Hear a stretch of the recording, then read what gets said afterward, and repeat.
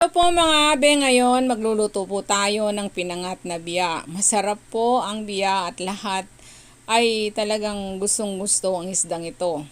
Nilinis ko na po ang ating biya at sariwang-sariwa po. Pagkatapos, naghiwa ko ng kamatis, sibuyas, luya, naglagay ako ng paminta.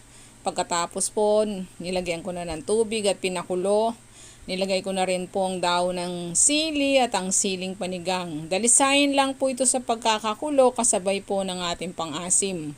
Kapag okay na po ito, pwede na po nating ilagay ang ating isda.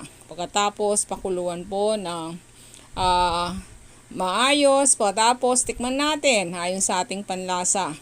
Masarap po ang pinangat na biya, sa sabaw pa lang po, sulit na po ang kasarapan ito. Kaya lahat po ng, lalo na mga magulang,